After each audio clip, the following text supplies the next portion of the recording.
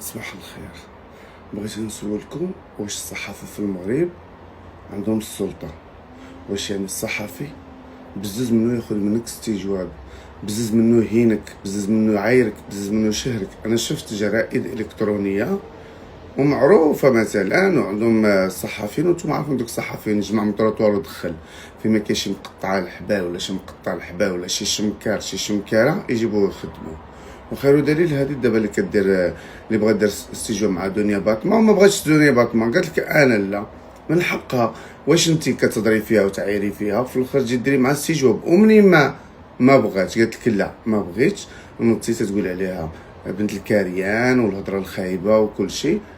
في الاخر بغيتينا حنا ترجعي دنيا باطمه هي الخايبه وهي اللي ما تسواش، مع العلم ان هاد الصحفيه هي اللي ما تسواش، واللي هي اللي قليله الترابي وهي اللي بنت الزنقه وتربيه شوارع. فهمتي؟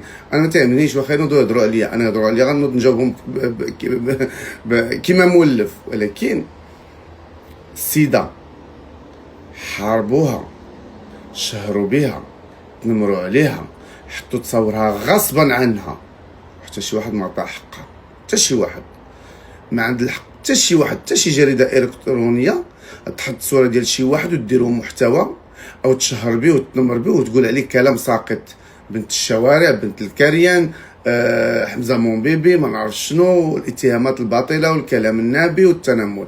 هادشي كامل ما خصوش يتقال. حتى هاد الصحافه ديال الزبل خصها ليها حدود، ماشي اي واحد ينوض يشد الميكرو يسحب له راسه في راه صحافي، راه ماشي صحافيين هادو، راه غابو زبال، ومنهم جرائد كثيره مخصوم اعاده التربيه عاد باش يديروا استجواب مع الناس.